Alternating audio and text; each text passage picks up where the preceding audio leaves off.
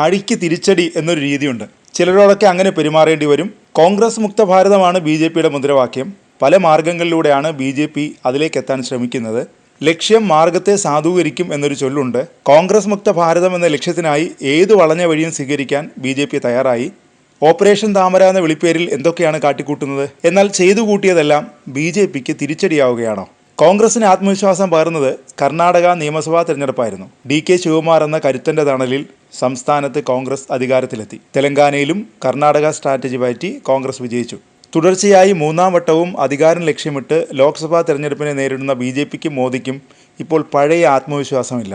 അതുകൊണ്ടാണ് മോദി ഗ്യാരണ്ടിയും വികസനവും ഒക്കെ ഉപേക്ഷിച്ച് തനി ഹിന്ദുത്വ സ്ട്രാറ്റജിയുമായി BJP മുന്നോട്ട് പോകുന്നത്.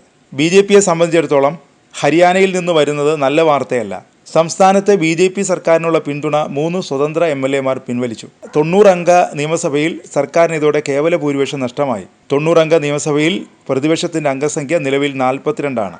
BJP സർക്കാരിൻ്റെ പിന്തുണ സ്വതന്ത്രർ പിൻവലിച്ചതിനൊപ്പം കോൺഗ്രസിന് പിന്തുണ പ്രഖ്യാപിക്കുകയും ചെയ്തു. പ്രതിപക്ഷ നേതാവ് രൂപേന്ദ്ര സിംഗ് ഹൂഡയുടെയും കോൺഗ്രസ് അധ്യക്ഷൻ ഉദയ് ഫാൻ്റെയും നേതൃത്വത്തിലാണ് MLAമാർ കോൺഗ്രസിന് പിന്തുണ പ്രഖ്യാപിച്ചത്. ഇതോടെ കോൺഗ്രസിനെ പിന്തുണയ്ക്കുന്ന MLAമാരുടെ എണ്ണം 34ആയി. ഇതോടെ BJP മന്ത്രിസഭ തുലാസിലാവുകയും ചെയ്തു. സംഭവത്തിൽ കോൺഗ്രസ് BJPയെ പരിഹസിച്ചു. ലോക്സഭാ തെരഞ്ഞെടുപ്പ് ഫലപ്രഖ്യാപനത്തിന് മുമ്പ് തരംഗം വ്യക്തമായെന്നാണ് കോൺഗ്രസ് എക്സിൽ കുറിച്ചത്. സ്വതന്ത്ര MLAമാർ പിന്തുണ പിൻവലിച്ചതോടെ ഭൂരിപക്ഷം കുറഞ്ഞുവെന്നും BJP സർക്കാരിന് അധികാരത്തിൽ തുടരാൻ അർഹതയില്ലെന്നും കോൺഗ്രസ് പറയുന്നു. ഒപ്പം പിന്തുണ പിൻവലിച്ച സ്വതന്ത്ര MLAമാരെ കോൺഗ്രസ് സ്വാഗതം ചെയ്യുകയും ചെയ്തു. സർക്കാരിനെ ഹരിയാനയിലെ ജനം പാഠം പഠിപ്പിക്കുമെന്നാണ് കോൺഗ്രസ് സംസ്ഥാന അധ്യക്ഷൻ ഉദയ് ഫാൻ പറഞ്ഞത്. സംസ്ഥാനത്ത് രാഷ്ട്രപതി ഭരണം ഏർപ്പെടുത്തണമെന്നും അദ്ദേഹം ആവശ്യപ്പെട്ടു. അപ്രതീക്ഷിത തിരിച്ചടിയുടെ അമ്പരപ്പിലാണ് BJP.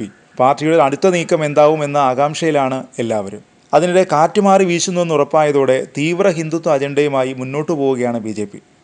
വോട്ട് ജിഹാദാണോ രാമരാജ്യമാണോ വേണ്ടതെന്ന് തീരുമാനിക്കണമെന്നാണ് മധ്യപ്രദേശിലെ തെരഞ്ഞെടുപ്പ് റാലിയിൽ പ്രധാനമന്ത്രി നരേന്ദ്രമോദി ആവശ്യപ്പെട്ടത്. ഹാർഗോണിൽ തെരഞ്ഞെടുപ്പ് റാലിയെ അഭിസംബോധന ചെയ്യുകയായിരുന്നു മോദി. നിങ്ങളുടെ വോട്ട് ഇന്ത്യയിലെ 25 കോടി ജനങ്ങളെ പട്ടിണിയിൽ നിന്ന് രക്ഷപ്പെടുത്തി. ജനങ്ങളുടെ പരിശ്രമം കൊണ്ടാണ് രാജ്യം മുന്നോട്ട് പോകുന്നത്. നിങ്ങളുടെ വോട്ട് കൊണ്ടാണ് ഇന്ത്യ 5ാമത്തെ വലിയ സാമ്പത്തിക ശക്തിയായത്. ആർട്ടിക്കിൾ 370 റദ്ദാക്കാനായതും ഒരു ഗോത്രവർഗ്ഗക്കാരിക്ക് രാജ്യത്തിൻ്റെ രാഷ്ട്രപതിയാകാനായതും നിങ്ങളുടെ വോട്ട് കൊണ്ടാണ്. വലിയൊരു വഴിത്തിരിവിലാണ് ഇന്ത്യ ഇപ്പോൾ നിൽക്കുന്നത്. വോട്ട് ജിഹാദാണോ രാമരാജ്യമാണോ വേണ്ടതെന്ന് നിങ്ങൾ തീരുമാനിക്കണം. ഇന്ത്യ മുന്നണിയിലുള്ളവർ സ്വന്തം സാമ്രാജ്യം രക്ഷിക്കാൻ വേണ്ടിയാണ് തെരഞ്ഞെടുപ്പിൽ മത്സരിക്കുന്നത്. കോൺഗ്രസിൻ്റെ താല്പര്യം അപകടം പിടിച്ചതാണ്. അവർ എനിക്കെതിരെ വോട്ട് ജിഹാദ് ആവശ്യപ്പെട്ടിരിക്കുകയാണ്. അവരുടെ അജണ്ട ഞാൻ വെളിപ്പെടുത്തിയപ്പോൾ എനിക്കെതിരെ മോശം വാക്കുകൾ പ്രയോഗിച്ചു, മോദി പറഞ്ഞു.